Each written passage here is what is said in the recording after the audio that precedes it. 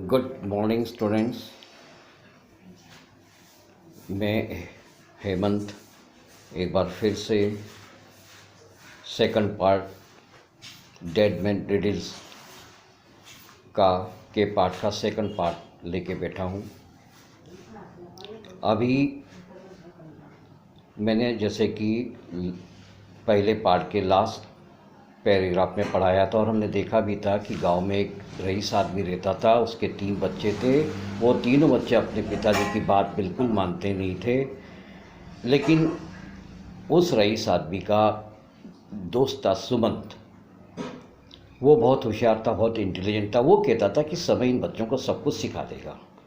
अब इसके आगे one day the old man died. ये देखिए लाइन है, one day the old man died. एक दिन बूढ़ा आदमी मर गया। ही लेफ्ट 17 हॉर्सेस। वो 17 घोड़े छोड़ गया था। Lots of gold and land, बहुत सारा सोना और ज़मीन भी छोड़ गया था। फॉर हिज सन्स, अपने पुत्रों के लिए। ही रोट ए विल, उसने एक वसीयत लिखी थी। विच वॉज वेरी स्ट्रेंज, बड़ी विचित्र थी वसीयत। ही डिवाइडेड द लैंड, उसने ज़मीन के साथ land and gold into 3 parts, 3 हिस्सों में ज़मीन और सोना तो बांट दिया था। But for the division of horses, लेकिन घोड़े के डिवीजन के लिए देयर वॉज ए रिडल, एक पहेली उसने छोड़ी थी। Nobody could understand the riddle, कोई भी उस स्टोरी को रिडल को कोई समझ नहीं पाया।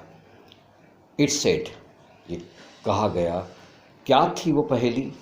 The half of the total horses, जितने भी घोड़े हैं, मतलब 17 घोड़े का आधा, should be given to the elder son, सबसे बड़े बच्चे को दिया जाए। अब ये ऐसा कैसा संभव है भाई? लेकिन चलिए फिर भी आगे पहली समझते हैं। In the remaining half 2/3 should be given to the second one, and what remains out of that 2/3 shall be given to third son. 17 was the total number of horses. 17 total घोड़े थे। हाफ ऑफ इट मीन्स, आधे घोड़े, इसका मतलब आप एक घोड़ा काटा जाना था। कैसा काटा जाना था कि 8.5 बड़े लड़के को मिलते। अब ये तो समझ में नहीं आ रही थी बात कि कैसा काटा जाए। That mean one had to kill, मतलब एक घोड़े को काटा जाता। एंड सब्सिक्वेंटली, और उसी प्रकार से दूसरा जो शर्त थी 2/3 ऑफ 8, ये बाकी जो 8 बचेंगे, 8 है, उनका में से 2/3 वुड मीन्स 1 मोर हॉर्स, एक हॉर्स और काटा जाना चाहिए। टू बी किल्ड, उसकी हत्या की जानी चाहिए। The old man loved his horses immensely and would never have wanted any of them killed. वो अपने घोड़ों को, कौन? वो बूढ़ा आदमी अपने घोड़ों को बहुत प्यार करता था। वो नहीं चाहता था कि एक भी घोड़ा उसमें से मारा जाए, हत्या की जाए। So what did he mean, तो कहना क्या चाहता था? पहली तो ऐसी लिखी थी, लेकिन फिर वो कहना क्या चाहता था? The brothers scratches their head, brother ने अपनी खोपड़ी खुजाई, अपना सर खुजाया। उनको समझ में नहीं आ रही थी। For a few days over the, कुछ दिन बीत जाने के बाद, ये वसीयत पढ़ने के बाद,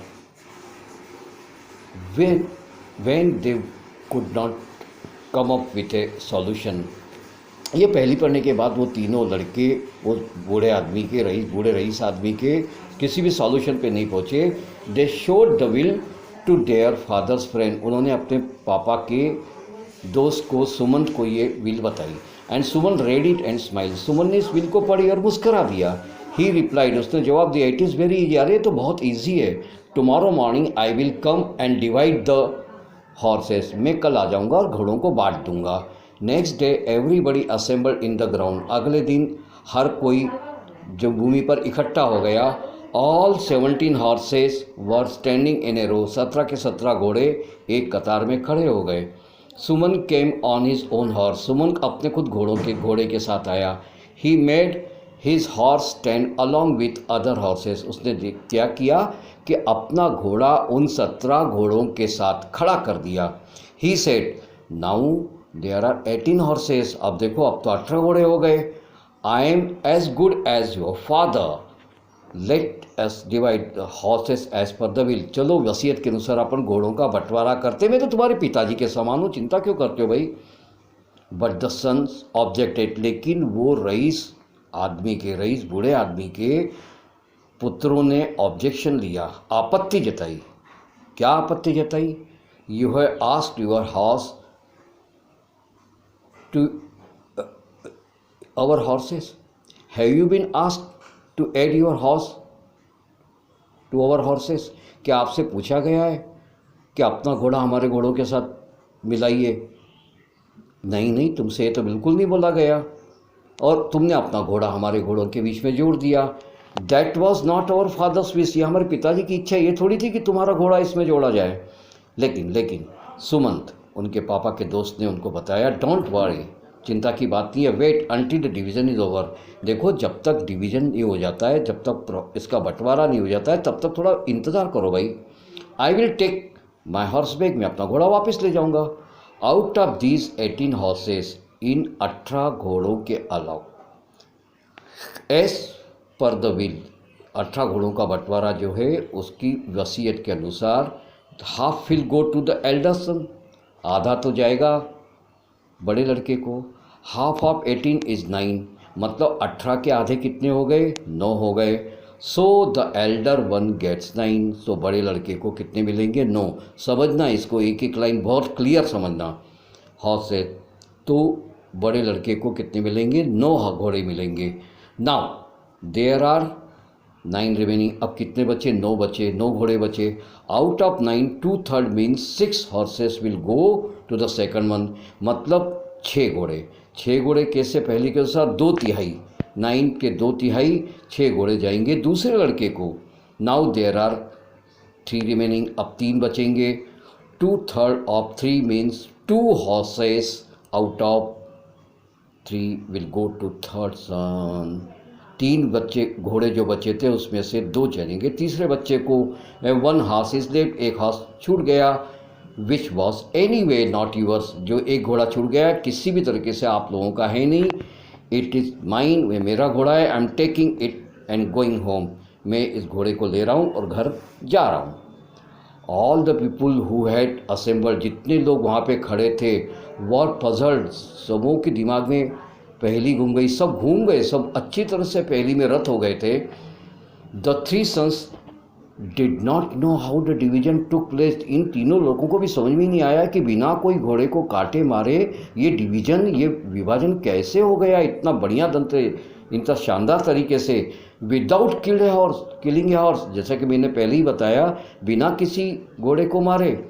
दे went to Suman and asked, वो सुमन के पास फिर से गए, उन्होंने पूछा, uncle how did you manage without killing any horse, एक बात बताइए कि तुमने कैसा मैनेज किया बिना किसी घोड़े को मारे।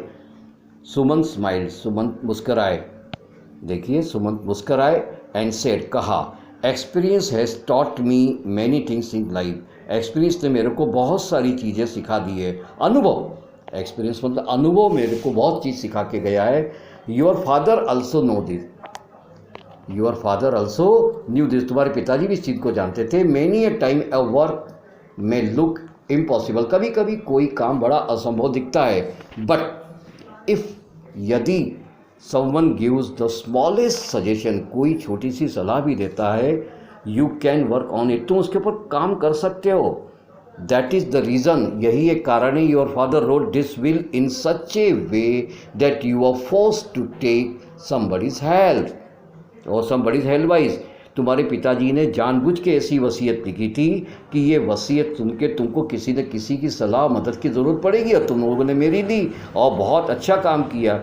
You may think you know everything, you may think you know everything, Sudha Murthy का कहना है आखिर में, तुम सोच सकते हो कि तुम हर चीज़ जानते हो, बट प्लीज़ रिमेंबर, लेकिन ध्यान रखो, you are still a student, अभी आप विद्यार्थी हो। Life is an eternal teacher, life, ज़िंदगी जो है इटर्नल, ये बहुत इम्पॉर्टेंट शब्द है, इटर्नल।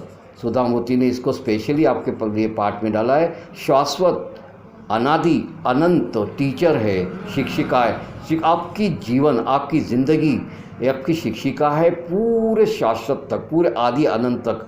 यही ज़िंदगी आपको बहुत कुछ सिखाती है, provided you have open mind. यदि आपका दिमाग खुला है, यदि आप खुले दिमाग से काम रहते हो, तो ज़िंदगी और ज़िंदगी का अनुभव आपको काफ़ी कुछ सिखा के जाता है। आखिर में सोमगौड़ा कॉन्क्लूडेड, जो सरपंच था सोमगौड़ा, उसने ख़त्म की, पंचायत ख़त्म करते करते उसने एक बात कही अंत में, सभा के अंत में, that's the way elders have taught us lesson. यही बात है जो बुज़ुर्ग हमको शिक्षा दे गए हैं, उन्होंने हमको सीख दी है। लेसन मतलब शिक्षा दी है, सीख दी है। Experience is the best teacher in life. अनुभव, एक्सपीरियंस, ये एक्सपीरियंस मतलब ये बहुत बड़ा टीचर है हमारी ज़िंदगी में, हमको बहुत कुछ सिखा जाता है। Elders have seen many ups and downs. बुज़ुर्गों ने बहुत से उतार चढ़ाव अपनी ज़िंदगी में देखे हैं, इन देयर लाइव्स, अपनी ज़िंदगी में, and interacted with many people, और बहुत लोगों के साथ उन्होंने इंटरेक्शन किया है, मतलब बहुत बातें की हैं, बहुत लोगों के बीच में उठे हैं, बैठे हैं, कुछ चर्चाएं की हैं, कन्वर्सेशंस हुए हैं, काफ़ी इंटरेक्शंस हुए हैं। यही चीज़ों की वजह से उनको बहुत कुछ सीखने मिला है। ड्यूरिंग द प्रोसेस, इस विधि के दौरान, दे हैव एक्वायर्ड नॉलेज, यही विधि के दौरान उनको काफ़ी ज्ञान की प्राप्ति हुई है। क्योंकि कुछ अच्छे भी मिले हैं, कुछ खराब भी मिले, तरह तरह के लोग मिले, तो उन्होंने देखा है कि क्या अच्छा है क्या बुरा है, ये इनका अनुभव था। तो इसी अनुभव के आधार पर उन्होंने ज्ञान प्राप्ति की, which can't be taught in A school और कॉलेज। ये जो एक्सपीरियंस की ज्ञान प्राप्ति है, से हमको जो ज्ञान प्राप्ति होती है, किसी स्कूल या कॉलेज में नहीं मिलती है, ऐसा सुधा मूर्ति का कहना है। It has to be learned over, ये पूरी की पूरी चीज़ सिखाई जाती है अ पीरियड ऑफ टाइम, समय रहते रहते, हर समय के अनुसार सीखने मिलती। समय जैसा जैसा चलता जाता है, हमको नई नई चीज़ अनुभव के अनुसार सिखाता चला जाता है। Now it is left to you people to make the decision. अब आप लोगों के ऊपर छोड़ता हूँ, अब आप लोग डिसीजन लो। आपने कहानी सुन ली, पहली वाली कहानी सुन ली, इस पहली को सॉल्यूशन कैसा किया जाता है ये सोमगौड़ा ने कहा, और उसने बोला कि अब आपके ऊपर आप डिसीजन जैसा समझो। द थ्री ब्रदर्स, तीनों भाई, आफ्टर लिसनिंग द स्टोरी सुनने के बाद, कहानी सुनने के बाद, agree to the panchayat division of their property, वो पूरी पंचायत के अनुसार, मैं फिर से रिपीट कर रहा हूँ, agree to the panchayat division of their property, panchayat का जो डिवीजन उनकी प्रॉपर्टी को करने का फैसला था, उससे वो पूरे के पूरे राजी हो गए तीनों भाई, और खुशी खुशी अपने घर चले गए। मैं आशा करता हूँ बच्चों, आपको एक कहानी सुधा मूर्ति के द्वारा लिखी हुई डेड मैन सीरियल काफ़ी कुछ